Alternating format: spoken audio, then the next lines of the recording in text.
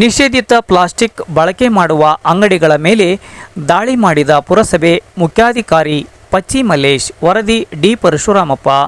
ವಿಜಯನಗರ ಜಿಲ್ಲೆ ಹೂವಿನಹಡಗಲಿ ಪಟ್ಟಣದ ಪುರಸಭೆ ವ್ಯಾಪ್ತಿಯಲ್ಲಿ ಗುರುವಾರ ರಾತ್ರಿ ವೇಳೆಯಲ್ಲಿ ನಿಷೇಧಿತ ಪ್ಲಾಸ್ಟಿಕ್ ಮಾರಾಟ ಮಾಡುತ್ತಿದ್ದ ವಿವಿಧ ಅಂಗಡಿಗಳ ಮೇಲೆ ಪುರಸಭೆ ಮುಖ್ಯಾಧಿಕಾರಿ ಹಾಗೂ ಪರಿಸರ ಅಭಿಯಂತರರು, ಆರೋಗ್ಯ ನಿರೀಕ್ಷಕರು ಹಾಗೂ ಪೌರ ಕಾರ್ಮಿಕರು ಸಿಬ್ಬಂದಿ ವರ್ಗದವರು ಜೊತೆಗೂಡಿ ಅಂಗಡಿ ಮುಂಗಟ್ಟುಗಳ ಮೇಲೆ ದಾಳಿ ಮಾಡಿ 100 ಕೆಜಿ ನಿಷೇಧಿತ ಪ್ಲಾಸ್ಟಿಕ್ಗಳನ್ನು ವಶಪಡಿಸಿಕೊಂಡು 10,000 ರುಗಳು ದಂಡ ವಿಧಿಸಲಾಯಿತು. ಉದ್ಯಮ ಪರವಾನಗಿ ಪಡೆದುಕೊಳ್ಳದೆ ವ್ಯಾಪಾರ ನಡೆಸುತ್ತಿದ್ದ ಅಂಗಡಿಗಳನ್ನು ಸೀಜ್ ಮಾಡಲು ಕ್ರಮ ವಹಿಸಲಾಯಿತು. ಬೀದಿ ಬದಿಯಲ್ಲಿ ಆಹಾರದ ಉತ್ಪನ್ನಗಳನ್ನು ಮಾರಾಟ ಮಾಡುತ್ತಿದ್ದ ಹೋಟೆಲ್ಗಳು ಹಾಗೂ ಹೋಟೆಲ್ಗಳ ಮಾಲೀಕರಿಗೆ ಸುರಕ್ಷತಾ ಕ್ರಮಗಳನ್ನು ಅನುಸರಿಸುವಂತೆ, ಉಪಯೋಗಿಸಿಕೊಂಡು ವ್ಯಾಪಾರ ನಡೆಸುವಂತೆ ಎಚ್ಚರಿಕೆ ನೀಡಲಾಯಿತು. ಪುರಸಭೆ ಮುಖ್ಯಾಧಿಕಾರಿ ಪಚ್ಚಿ ಮಲ್ಲೇಶ್ ಮಾತನಾಡಿ, ಪ್ಲಾಸ್ಟಿಕ್ ಮಣ್ಣಿನಲ್ಲಿ ಕರಗುವುದಿಲ್ಲ, ಅಷ್ಟೇ ಅಲ್ಲ ಅದು ಅಜೈವಿಕ. ಒಂದು ವೇಳೆ ಪ್ಲಾಸ್ಟಿಕ್ಕನ್ನು ಸುಟ್ಟರೆ ಟಾಕ್ಸಿನ್ ಮೂಲಕ ಪರಿಸರವನ್ನು ಹಾಳು ಮಾಡುತ್ತದೆ. ಹಸಿ ಮಣ್ಣಿನ ಜೊತೆ ಬೆರೆಸಿದರೆ ಅಮೋನಿಯಾ ಗ್ಯಾಸ್ ರಿಲೀಸ್ ಮಾಡಿ ಹಸಿರು ಮನೆ ಪರಿಣಾಮದ ಮೂಲಕ ಮಿಥೇನ್ ಜೊತೆ ಸೇರಿಕೊಂಡು ಕೆಟ್ಟ ವಾಸನೆ ಹರಡುತ್ತದೆ.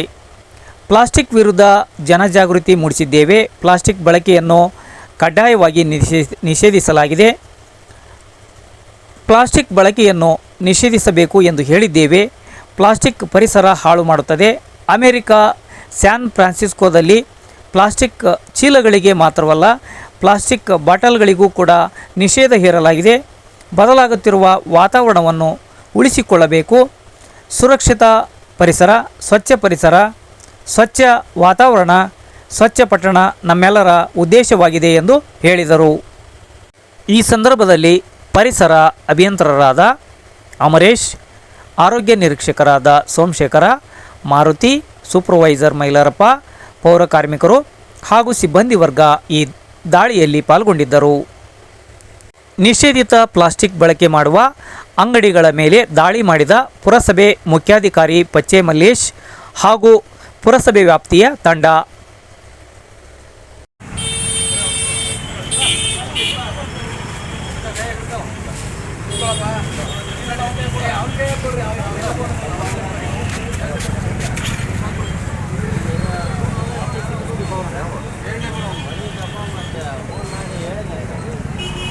ಸರ, ಏನಾದರೂ ಮಾತಾಡ್ತೀರಾ?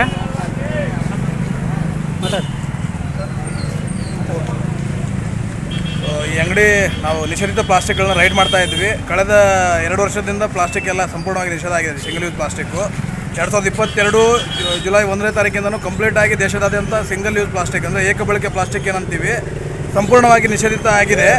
ಆದರೂ ಕೂಡ ಕೆಲವು ಅಂಗಡಿ ಮುಂಗಟ್ಟಿನ ಮಾಲೀಕರೆಲ್ಲರೂ ಈಗಲೂ ನಿಷೇಧಿತ ಪ್ಲಾಸ್ಟಿಕ್ಕನ್ನು ಸ್ಟಾಕಲ್ಲಿ ಇಟ್ಕೊಂಡಿದ್ದಾರೆ.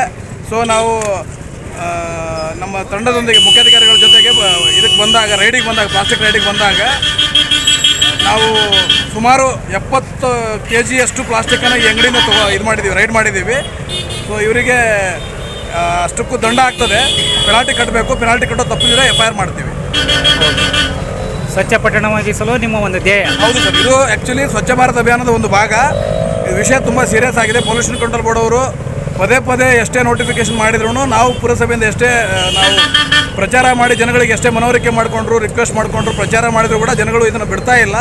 ಏಕಬಳಕೆ ಪ್ಲಾಸ್ಟಿಕ್ಕು ಸಂಪೂರ್ಣವಾಗಿ ನಿಷೇಧ ಆಗಬೇಕು. ಹಾಗಾಗಿ ಇದು ಒಂದು ಕ್ರಮ.